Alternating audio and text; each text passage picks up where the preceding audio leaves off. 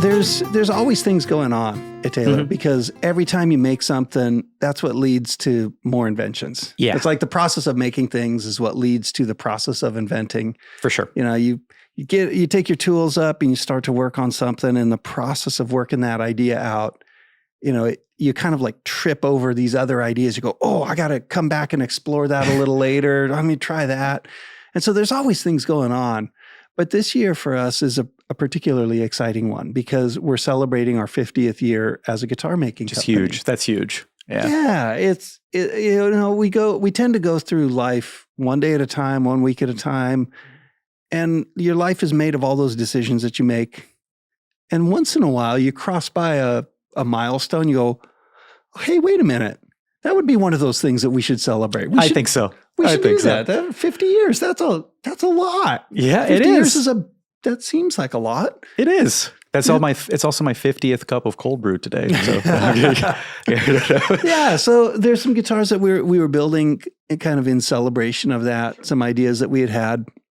A couple of the guitars that we were playing actually are part of that 50th anniversary collection, if you will. They are, yeah. So you guys got to hear some of them. I think the 314, we have two different versions of that. There's the 217 and then the GS Mini. Yeah, exactly. We've got these two 314s are exciting because they're iterations of our Builder's Edition collection, which is like, you know, like all the modern fancy. Yeah. You know, it's like all the cool tricks, all the cool guitar making, all the cool woodworking, that swoopy beveled contour cutaway and nice. Armrest and, you know, like the quintessential modern, like very modern acoustic guitar. Yeah. Yeah. So they're quick to get around on. They're really comfortable. I mean, the ethos behind that guitar was, we'll make it sound good, make it feel good. I think you guys succeeded. So. Well, thank you. So it's that very linear kind of voicing, very balanced, real uniform, great string feel, but the body edges are all kind of chamfered off. The cutaways all smoothed out and sculpted. You got this armrest, like a great feeling guitar. Yeah, man. We talked about that before we recorded. Just the sound of, in particular, this one. Yeah, absolutely. Just like.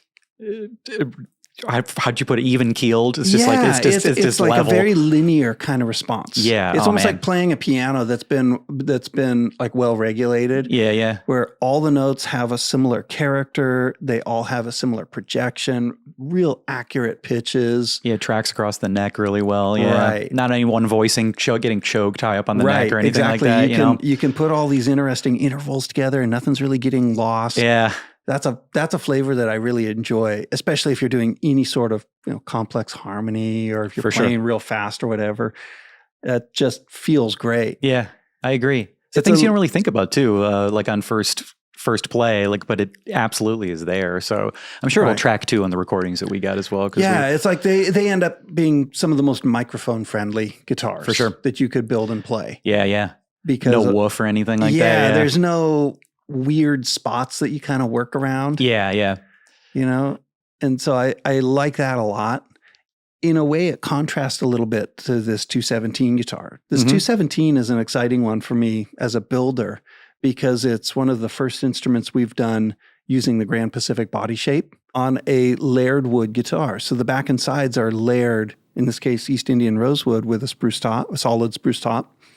It has a little different architecture. Sure. Sort of the asymmetrical variation of a V-class top architecture in there. All right, with the bracing. Yeah, it's actually something we call C-class. So it's like an asymmetrical version that we first developed for use in our Grand Theater or GT size guitars. Okay. But in this Grand Pacific, I love the response out of it.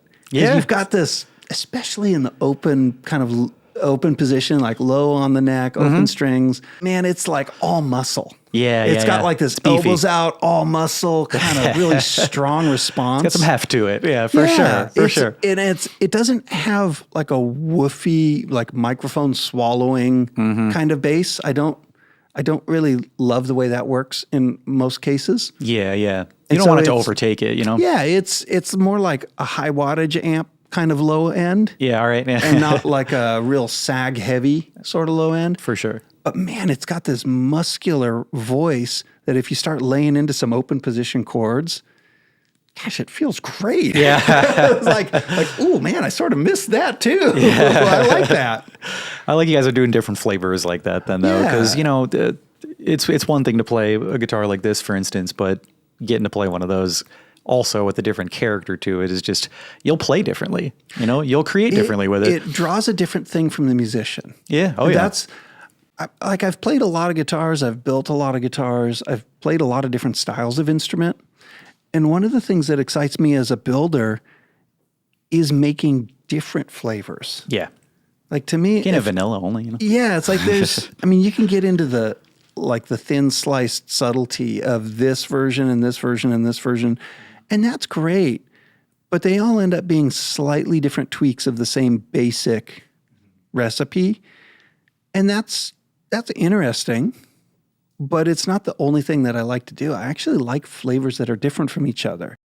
There's a wide variety of music out there. There's a even wider variety of musicians out there. And we're listening to different things and putting different sounds into a context. And so to me, I think it's interesting to build different kinds of guitars, different styles of instrument, different sounds, different woods, and continue going that direction because there's so many different flavors of good.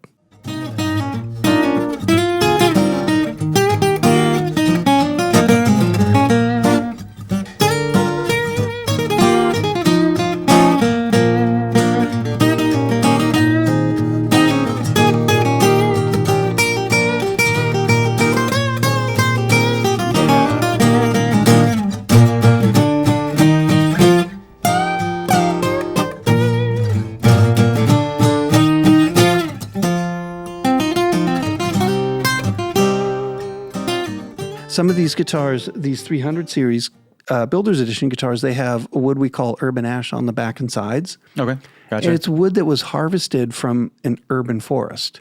Oh, all right, yeah. Okay, so what the heck is an urban forest? It's street trees.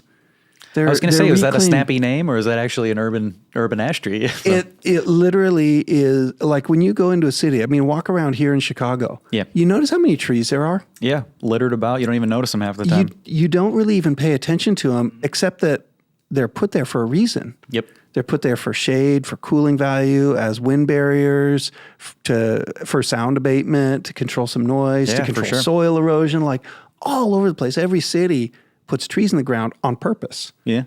And yet, because they're in a city, they can't be allowed to just grow and grow and grow and grow and grow. They become kind of dangerous. Like that thing, if that falls over in a windstorm, it's gonna kill someone. Yeah, it's gonna crush a car, crush a building. So are you just kind of salvaging those that are cut down then? Yeah. So in that case, for that particular species, we thought, well, let's start working with one of the arborists who are managing these trees. So out in California, there's a company called West Coast Arborist, and they manage all the city trees in basically every city in California. Okay. And they've got this standing inventory that is a literal forest. Oh, wow. But you don't really even notice it because they're lining roadways, they're lining highways on the sides of the freeways, and they're planting the trees, they're maintaining them, they're fertilizing them, they're taking care of these. And then when they get to a certain age and they become like a hazard, they remove them. Or if they remove them after a storm or something, something like that.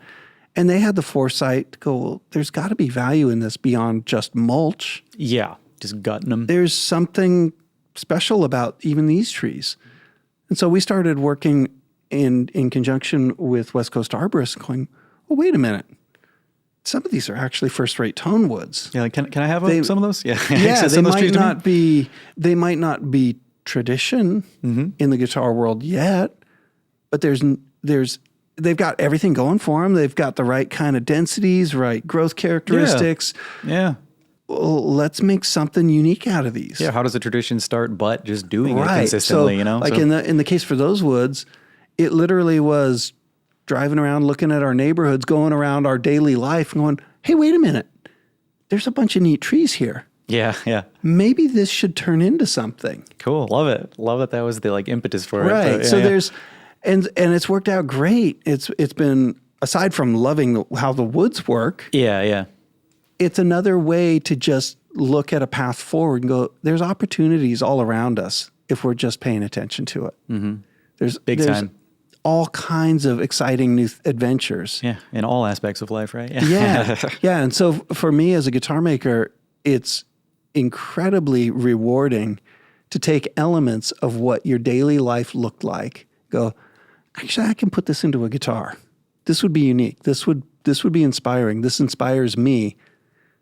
I think other musicians could find something lovable about this as well. Definitely. Anything else you wanted to say about these new models there? Or? These guitars in particular they're special to us because they're a celebration instrument for a specific milestone. Yeah, so as an intrinsic object, they're great instruments. They play great. They make great songs. They offer great sounds. They're easy to work on. They've got centuries of music built into them. Love that. Yeah. So I love that. And at the same time, man, we're not done. There's all kinds of fun new things that we're still working on. Go, man, this is the guitar today. I absolutely love it. And it's going to be the guitar that inspires us to build the next guitar. Thank you so much for coming in, Andy. This is such a joy to spend some time with you here. So, and guys, these instruments that you see over here, the 314s, the 217, and the GS Mini, those are all available on the zZounds site as well. Once again, thanks for jamming. Thanks for having me. Absolutely. It's been a pleasure. Thanks a lot.